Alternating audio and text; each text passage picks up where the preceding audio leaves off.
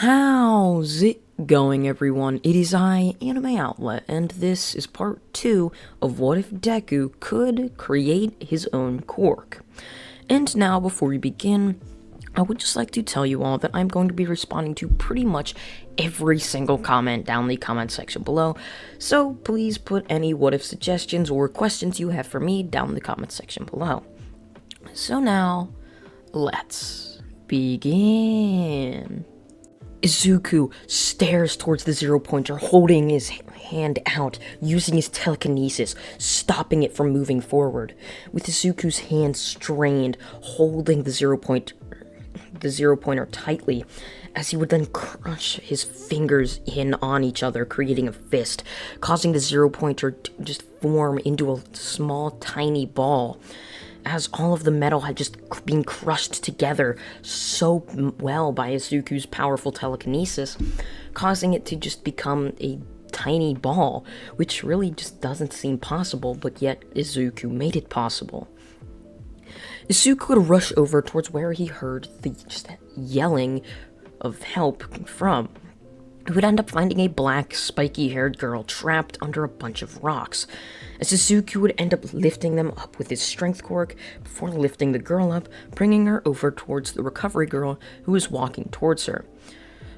She would thank Izuku, as Izuku would just nod his head before walking off, wondering what was going to happen next, as finally, though, the just entrance exam would end up ending, where we now end up seeing Izuku walking back to his apartment, which would end up taking around an hour, as the apartments his mother lived in would end up being on a very far side of town, which would take Izuku a very long time to traverse. We see Izuku walk home, as his mother would end up greeting him at the door. "How was it, Izuku?" she would say, as Izuku would just shake his head. "It was alright, I guess. I can't really think of anything else to say."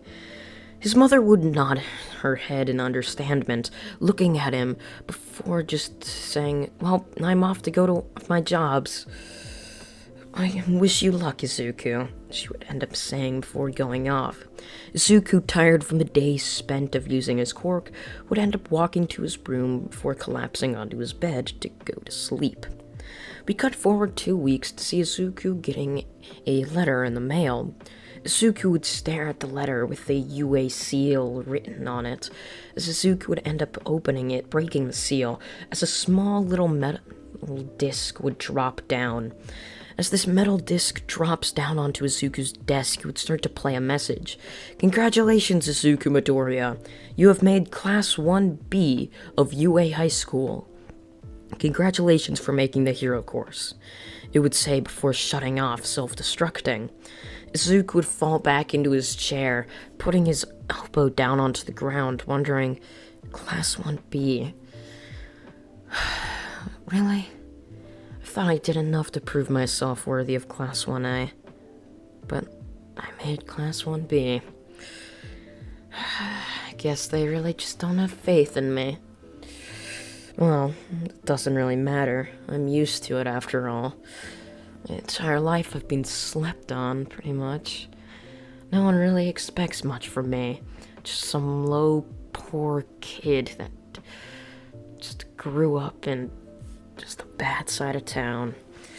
Such an interesting way of thinking, Izuku would tell himself, before he would end up going to bed as the next day would come, as we see Izuku put on his UA uniform, walking out of the house, as it was pitch black outside, as the school day started very early at like 7 a.m, so Izuku would have to get up at like 5:30 to start walking, as Izuku, still new to the school, would have to spend some time wandering the halls to find Class 1B. Izuku would walk all throughout the walkways and hallways before you would end up finding Class 1B. You would walk in, sitting down to see an array of just different characters. As Izuku walking in would just see everyone standing there talking to each other like they had all known each other before. Izuku, sitting down, not knowing any of them, would just stare down and would look up at the board. as all of the sudden the teacher would end up walking in. Good morning, Class 1B. Today we're going to be doing an exercise to see where all of you are compared to Class 1A. So we just really want to see how strong you guys are at the base level without any formal training. So, let's begin. Go down to the locker rooms and get changed. Class 1B is a specific locker room. Just go in there, get changed, and then head out to City C. We're going to be doing some type of exercise. I'll explain it to you later. He would then break everyone off as they would all rush off to the locker rooms getting changed, as we now end up seeing Suku and just the rest of his class now standing there with the Class 1B teacher, just telling them that they are going to be doing a Heroes vs. Villains exercise. There's going to be teams of 2. One team is going to be made up of Class 1A, while the other team is going to be made up of Class 1B. So, with one team and the other, the villain team is going to have to just keep a device hidden around just a certain map for 15 minutes. Well, no, 30 minutes actually, because we're not doing it in a building like we used to. So 30 minutes in this general area, and if that 30 minutes expires or they capture both of the heroes, then that means they win. But if the heroes touch the device or knock out both of the villains, then the heroes win. Class 1A would appear out of nowhere, as they had already just had it explained to them, as they would all be walking down, just team making would begin. Izuku would be put on a team with Itsuka Kendo, while he would be up against Bakugo Katsuki and Shoto Todoroki. With them now on a team, Izuku's team would be decided that he was going to be the heroes, while Bakugo's team was going to be the villains. As they would end up be seeing just the massive red marker line that marked whether it was out of bounds or not, Izuku would end up just knowing what the boundary area was, as you would end up seeing Bakugo and Todoroki go off about to hide the device, which happened to have a tracker on it for the heroes to use. So, as those 5 minutes were up for them to hide the device, Izuku and Kendo would rush into the boundary area, as they would start to search for wherever the device had been located. Izuku would be searching around as all of a sudden a massive icicle would end up appearing out of nowhere, going right towards Izuku. Izuku would open his mouth wide, just spewing out fire, completely decimating the ice coming towards him. As Todoroki would end up jumping out of nowhere, throwing his hand out, spewing a tornado of fire, which Izuku would end up stopping by just releasing a wave of water crashing down onto Todoroki. As it would completely consume Todoroki inside this wave of water, all of a sudden Todoroki would try to use his fire again, but it wouldn't work, as since he was just completely soaked because of the water, he wasn't going to be able to use, well, his fire. So with him now lacking his fire, he would use his ice to keep Izuku at bay, who could only just use his fire breathing so much before his throat would start to burn, which luckily because of his water quirk, Izuku could use the water to cool down his throat, allowing for him to use more fire. So with Izuku doing that, chasing Todoroki, we see Kendo chasing down Bakugo Katsuki, who is leading her most likely into a trap. As she would turn a corner, Bakugo would end up appearing right at the end of the alleyway.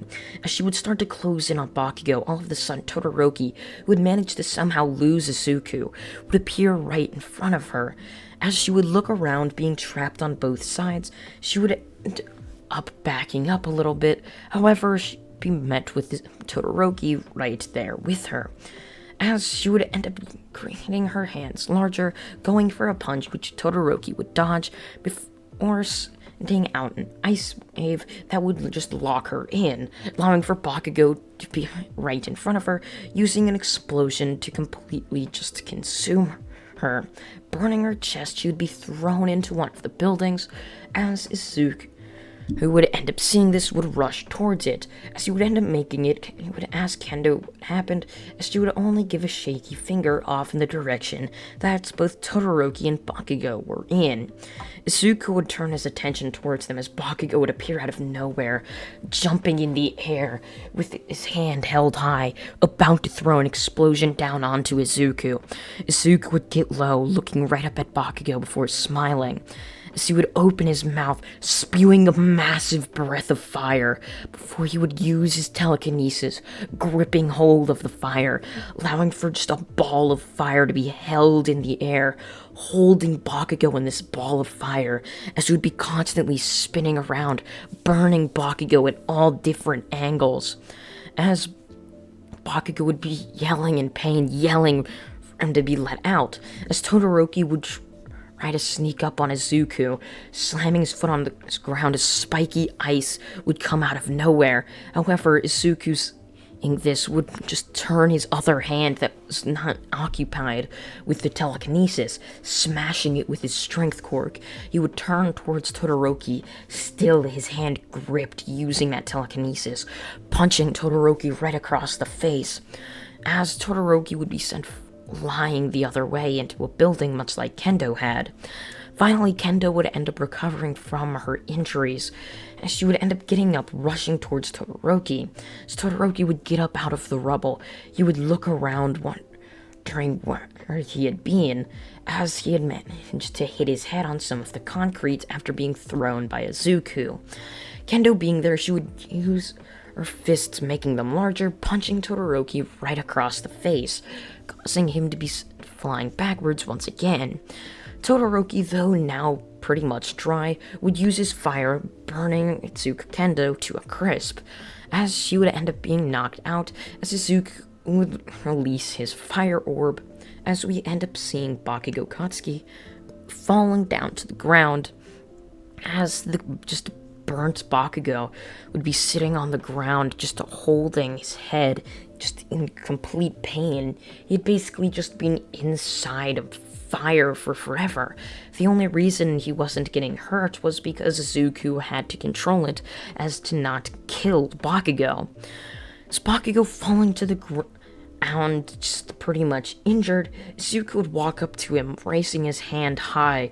With his strength quirk, he would slam his hand down onto the side of Bakugo's neck, as Bakugo would fall limp, going unconscious.